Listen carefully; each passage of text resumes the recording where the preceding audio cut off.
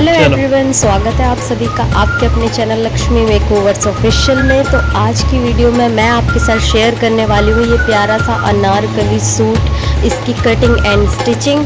तो वीडियो को please last तक ज़रूर देखिएगा।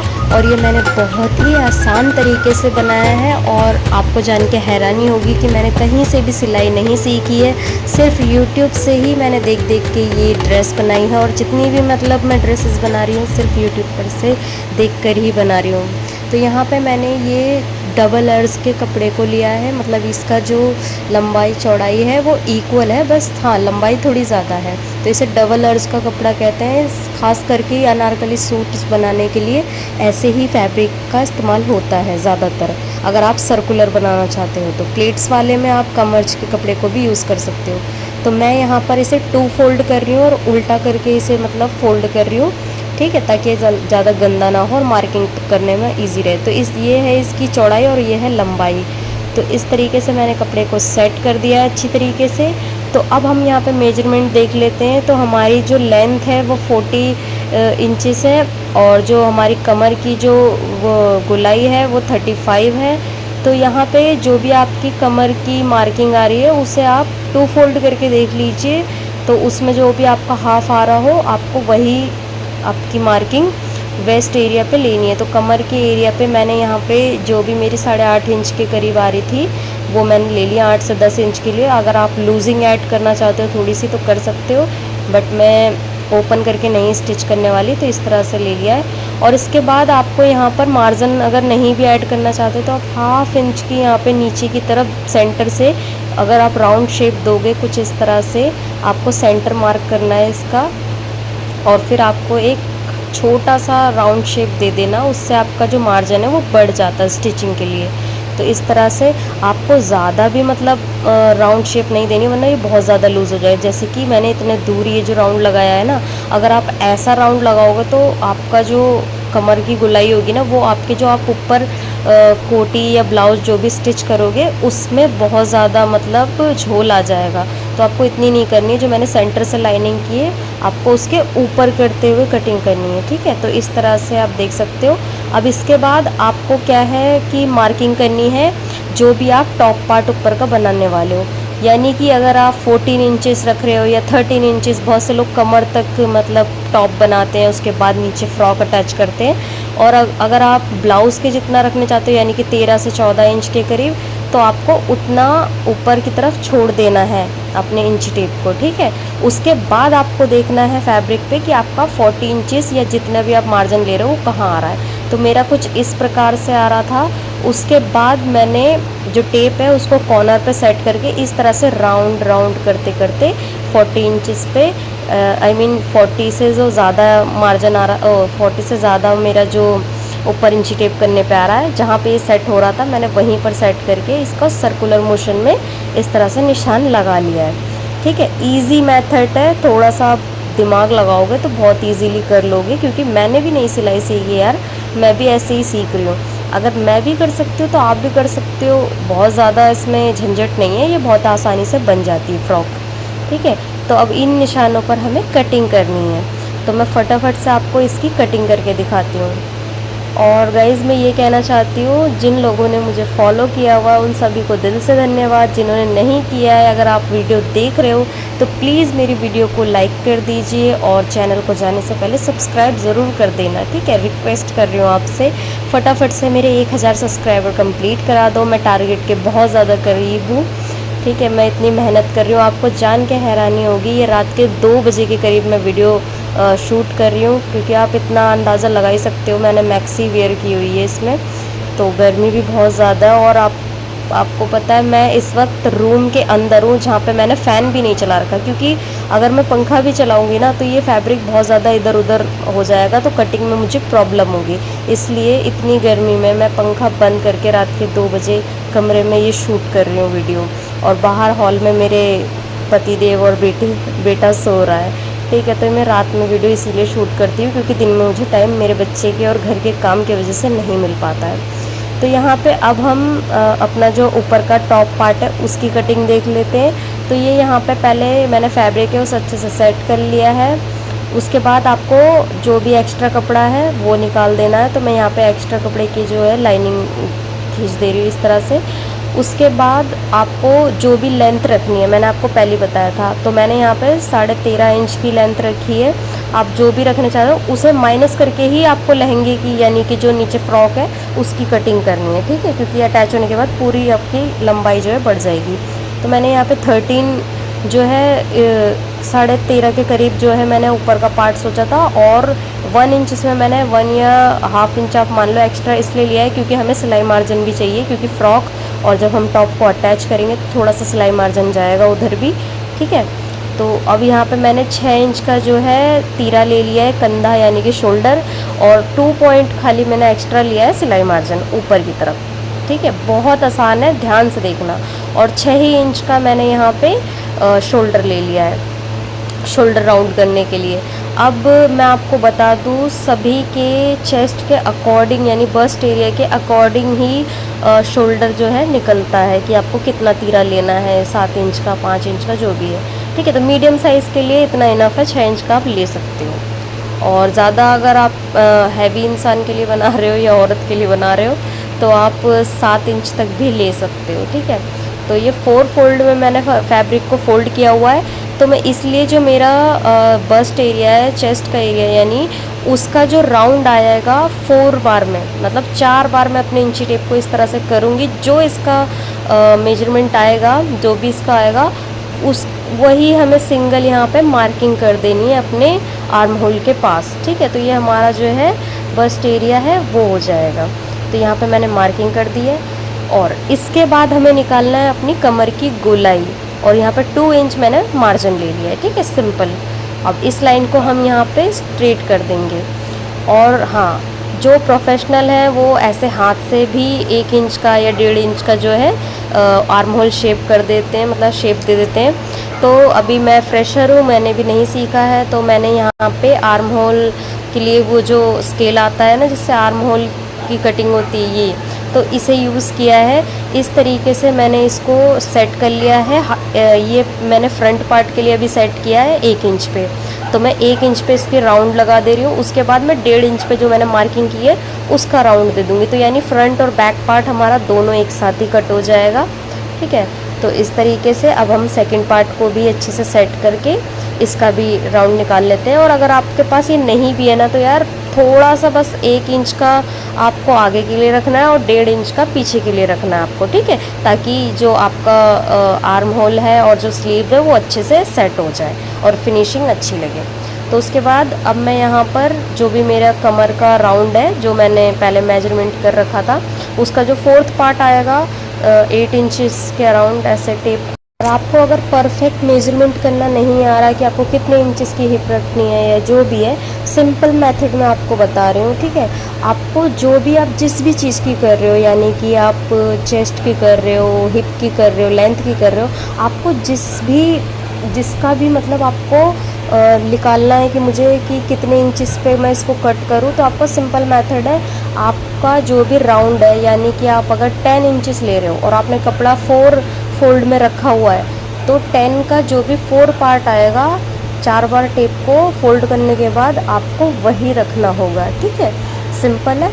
तो इस तरीके से मैंने भी निकाल लिया, और यहाँ पे हमने 2 इंचेस का एक्स्ट्रा मतलब मार्जिन ले लिया और हल्की सी शेप दे दी है। नहीं भी दोगे तो कोई बात नहीं है, वैसे भी ये कोटी है तो थोड़ी लूज़ भी चलेगी, फिटिंग आप ऐसे ही अंदाजे में भी लगा सकते हो। तो यहाँ पे मैंने 1/2 इंचेस का शोल्डर डाउन दे दिया, इससे हमारे जो कंधे हैं ये इधर उधर नहीं भागते, ठीक है। तो सिंपली अब इसे हम कट करके निकाल लेंगे। और इसका जो नेक है, आप जिस भी डिज़ाइनिंग में बनाना चाहते हो आप उसकी कटिंग बाद में भी कर सकते हो, या आप डायरेक्ट बुकरम पे बनाने के बाद भी कर सकते हो। तो मैं यहाँ पे बुकरम पे बना के इसको नेक को फिनिश करूँगी, तो आपको आगे भी मैं वीडियो में दिखाऊंगी। और गाइज़ हाँ, एक ही वीडियो में प्रॉपर स्टिचिंग, प्रॉपर कटिंग दिखाना थोड़ा इम्पॉसिबल है अभी मेरे लिए, क्योंकि इतनी लंबी वीडियो आप भी नहीं देखोगे और मैं भी नहीं बना पाऊँगी। बना तो दूँगी पर यार आप पे डिपेंड करता है, आप बोर हो जाओगे, वीडियो को स्किप कर दोगे, इसीलिए मैंने प्रॉपर वीडियो नहीं डाली। बट हाँ, इतनी डाली है कि आप इसे ज़रूर बना लोगे, ठीक है। तो वीडियो को एंड तक ज़रूर देखना। मैंने गले की जो डिज़ाइनिंग है वो भी बताई कि डिज़ाइनिंग क्या है। सिंपली मैंने किस तरह से बुकरम पे पेस्ट करने के बाद फैब्रिक को उसकी कटिंग करी है मैंने, ठीक है। तो गला बनाना भी बहुत आसान है, नेक डिज़ाइनिंग भी कर सकते हो। तो ये हमारा फ्रंट पार्ट है। तो ये जो मैंने 1 इंचेस का यहाँ पर आर्म होल ड्रॉ किया था, इसे भी हम कट कर लेंगे। तो इसे कट करने के बाद फिर हम नेक डिज़ाइनिंग करेंगे। इसे कट करने के बाद अब हम इस पर नॉचेस लगा देंगे। नॉचेस का मतलब हमें छोटे छोटे से कट लगाने होते हैं, जो भी हमारा सिलाई होता है, जहाँ से हम सिलाई करते हैं, यानी कि पॉइंट्स पे जहाँ से हमें सिलाई दबानी होती है, आर्म होल से लेके नीचे कमर की गुलाई तक, या जो भी आपको सिलाई लगानी हो। इससे चारों जो हमारे फैब्रिक है उन पे एक साथ लग जाएगा, और इससे हमें पता रहेगा कि हमें कहाँ से कहाँ सिलाई लगानी है, और बार बार इंची टेप उठाने की ज़रूरत भी नहीं पड़ेगी, ठीक है। तो इस तरह से हमें नॉचेस लगा देनी है। और फ्रंट पार्ट में भी बैक पार्ट में भी अगर आप चाहो तो लगा सकते हो, ना चाहो तो फ्रंट पार्ट से आपको पता चल जाएगा कि आपको सिलाई कहाँ लगानी है, ठीक है। तो इसके बाद अब हम स्लीव्स की कटिंग करेंगे। तो इस तरह से कपड़े को सेट कर लेंगे पहले अच्छी तरीके से। और गाइज़ हाँ, एक इम्पॉर्टेंट चीज़ मैं और बता दूँ, जो ये कपड़ा मैंने यूज़ करा है, ये डबल अर्स का कपड़ा है, ठीक है। तो जब हम डबल अर्स के कपड़े में इस तरह के फ्रॉक सूट टाइप की ड्रेस बनाते हैं ना, तो हमें पहले जो है बॉटम पार्ट कट करना होता है, यानी कि हमें पहले फ्रॉक कट करनी होती है नीचे की, या स्कर्ट फ्रॉक जो भी आप कह रहे हो, ठीक है। क्यों? क्योंकि हमें इसको स्कर्ट कट करने के बाद भी बहुत ज़्यादा फैब्रिक नीचे की तरफ बच जाता है, जो गुलाई के पास होता है। और अगर आप पहले टॉप पार्ट निकाल लोगे तो आपको स्कर्ट निकालने में प्रॉब्लम हो सकती है, या घेरा कम हो सकता है, या कपड़ा ऊपर नीचे भी हो सकता है, ठीक है। तो आपको पहले स्कर्ट का एरिया निकालना, उसके बाद आपको ऊपर का टॉप का एरिया निकालना है। और आप देख सकते हो कितना मार्जिन बचा हुआ है कि मैं इसमें स्लीव्स भी फुल निकाल रही हूँ। तो यहाँ पे कपड़ा सीधा करने के बाद मैंने यहाँ पे पहले 2.5 इंच पे एक मार्किंग की है। तो ये मैं मीडियम साइज़ के लिए बना रही हूँ। आप चाहो तो यहाँ 3 इंच की मार्किंग इस तरह से कर सकते हो, और यहाँ से आपको शोल्डर डाउन देना है, यानी कि शोल्डर की स्लीव्स की शेप देनी है, ठीक है। और अब मैं बता दूँ, स्लीव्स की शेप देने में मुझे बहुत ज़्यादा प्रॉब्लम आई थी, सच बता रही हूँ। पूरी मतलब सिलाई सीखने में यूट्यूब से मुझे कहीं दिक्कत नहीं आई, मुझे सिर्फ़ और सिर्फ बाजू चढ़ाने में और स्लीव्स की कटिंग करने में सबसे ज़्यादा प्रॉब्लम आई है। इसको मैंने बार बार रिपीट किया है, उसके बाद ये जाके मेरी प्रॉब्लम थोड़ी सॉल्व हुई है। तो पहले मैं ये आर्म होल की जो ऊपर की शेप होती है ना, ये ठीक से नहीं दे पाती थी, इसी वजह से ज़्यादा मेरा काम ख़राब होता था।